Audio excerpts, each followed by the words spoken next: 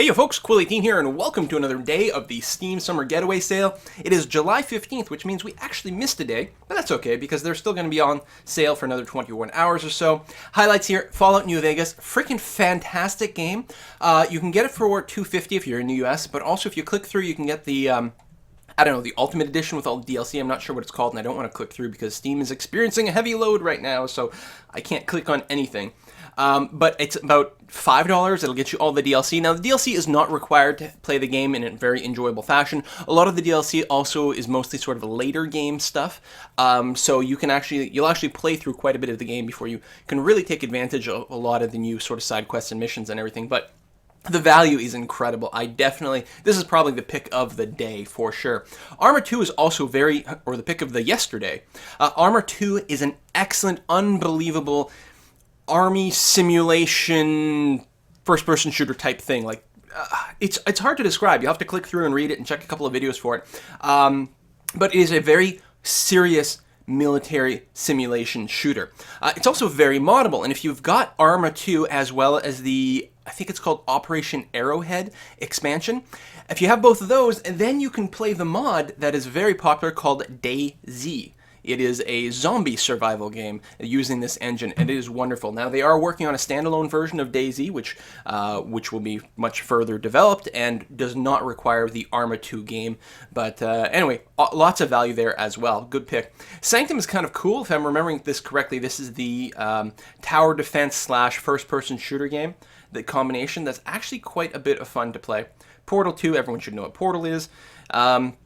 Remember Me, I'll mention, it's still quite pricey, but that's because this game only came out, I believe, in June. It's a very interesting concept, the idea of you're playing someone who can sort of hack into other people's memories and use them to sort of figure out conspiracies and things. I'd say it definitely has a kind of maybe a Deus Ex-y kind of vibe in some ways, and it looks like a very, very cool game. I mean, it's still not the cheapest thing around the world, but that's because it's so new.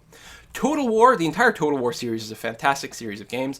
And Shogun 2, I believe, is considered to be one of the best. Now, if you don't care for sort of feudal Japan, then that may not rock you quite as much as some of the other Total Wars, but the gameplay is fantastic in general, and Shogun 2, I believe most people consider it to be at the top of the heap. It'll be interesting to see how Rome 2 does in September.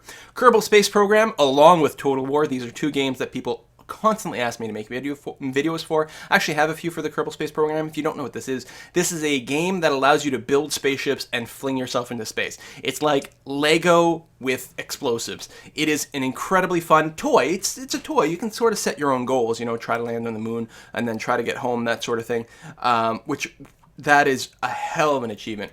Kerbal Space Program is very, very big on YouTube. You can find lots of videos of people doing incredibly cool things and also incredibly stupid things. And if you search my channel, you will find a couple of videos for it, so there you have it. Hitman series, you get to play as a Hitman. I remember playing the first one so long ago, and I thought it was a great game, but I haven't played any of the others since then, and I certainly haven't played Absolution.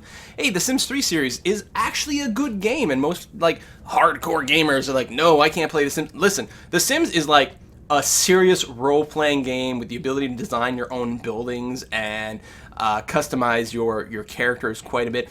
That when you look at it from that point of view, it is actually one of the best sort of role-playing / simulation games out there. It's very weird. I understand the theme is not the hardcores, but it's pretty solid. Now, the big problem with The Sims 3 is for it to be really enjoyable, you definitely want a fair bit of the DLC, the expansion packs.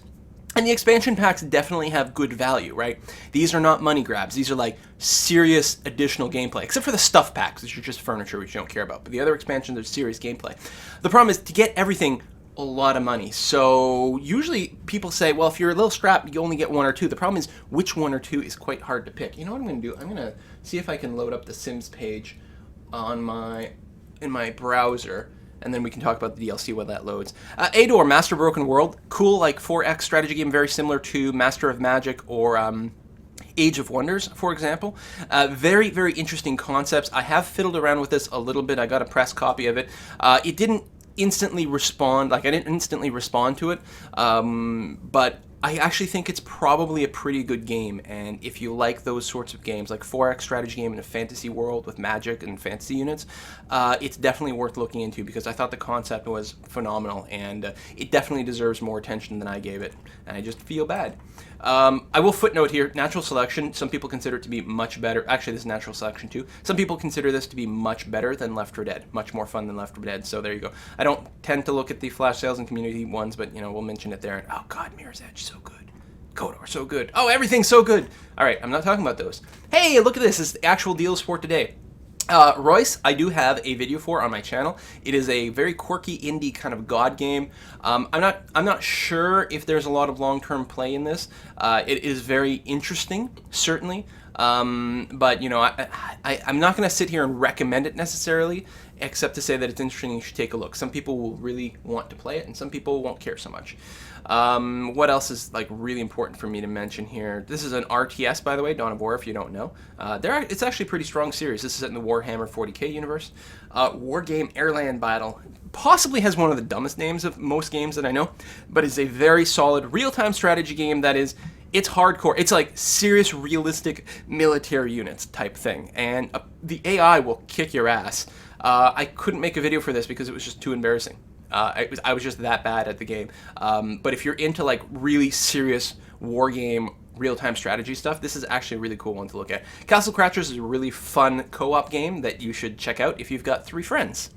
Take a look at the videos. It is, hack and slashy sort of fun chaos nuttiness, and I'd click through, but again, things aren't loading properly. Dishonored, you probably know what this is. This is actually a pretty big title that came out within the last year, not that long ago. This is actually a pretty deep discount for it, and I'm very tempted to give this one a play. It is a game, it is a first-person sort of RPG shooter kind of, moral decision-making game with some interesting mechanics, and you can definitely find a lot of cool videos for this game online. I think it was actually pretty good, and for this price, for something that is effectively still a AAA title, that is actually really impressive. Max Payne 2, you can pretty much say the same thing, except this is like angsty guy who drinks too much, AAA title that's deeply discounted. Sins of Solar Empire. This is a real-time 4X kind of game, so it is a space-based Empire type of game that is very, very, very good. If you like space-based strategy games, this is one to definitely check out. It is real-time, which is why I have always leaned away from it in the past. It's not a criticism of the game. It's not to say the game is no good. It's just that I prefer my strategy games to be turn-based, and that's just a personal preference, which is why I haven't put a lot of love into this. I mean, I've played it, and Terraria is best described as a 2D Minecraft type of game. It's the simplest way to say it. It's actually incredibly deep, lots of crafting, very fun, very multiplayer. Play this with friends, and it is actually a hell of a blast. Lots of crafting, lots of cool enemies, lots of terrain to discover, and lots of cool stuff to build. So that is a look at that, and now finally on the other page we've got the Sims 3 in my web browser, so let me take a second to adjust this. Actually, that might be not too bad like that. So if we scroll down, so all the Sims game appear to be 50% off, except for Island Paradise, which just came out. So what you can do, and in fact, you don't want to buy the base Sims 3. That would be stupid, because look at this. It's still $15, or you can get the Sims 3 plus an expansion for $15. Now, Showtime is like celebrity type stuff, not the best for me. Pets was cool if you like pets, actually. The terms of gameplay mechanics introduced into Pets, I'm not entirely sure, but they did add pets. So it's a tiny bit more than $15, but still not bad. University Life, I actually have not gotten a chance to play yet. I have not played this, and I have not played Island Paradise yet. But it adds a sort of like young adult phase where you go to university. The ones that people consider to be some of the most important. Supernatural, if you want to play like supernaturally type stuff, you want werewolves and vampires and that sort of thing in your game. This actually does add a lot of content. For me, it's not a high important content. I don't, tend to care about the magic that much. Seasons add seasonal activity, but the ones that, again, people like quite a bit, I know that Generations added some really interesting mechanics, like just more age stuff and growing up stuff and sort of more realism to the game. Now, these are the expansions. This is not the plus, right? So you still need the base game if you're going to buy these. Ambitions is one I really like quite a bit because it adds a lot more sort of work and career options, and that's why I kind of like the game. A lot of people consider Late Night to be one of the more important expansions as well, because it added more sort of social activities. So it depends on what you play the game for. And all the stuff packs really just ignore them unless you've got way too much money to burn, because all they do is add extra stuff, extra furniture and things, and you can download a lot of new furniture and decoration and clothing for free from a lot of sites. So I placed anything with stuff in the title very low priority, and you probably want to stay away from it. Then anything else adds significant gameplay features to the game. So if I were to suggest one, I would probably, if these are the only plus packs that are available on Steam, and presumably it is. I wonder if I do a search here. Let me pull up the actual Steam window here so I can keep this one up. Sims 3 Plus and tell it to go. Oh, there we go. Yeah, it looks like the only ones. I would probably do something like pick up University Life. Well, yeah, University Life or Pets, either way. And then, you know, maybe grab an expansion or something like that. It is very good, and I do have a handful of Sims 3 videos, so definitely do check it out. I actually wouldn't mind doing a channel that was like all Sims 3 all the time, but I don't think that would be quite as... I think that would upset a lot of my regular viewers at this point if I switched to it permanently. But it is a good game. Anyway, that is all for today. See you next time, folks. Bye-bye.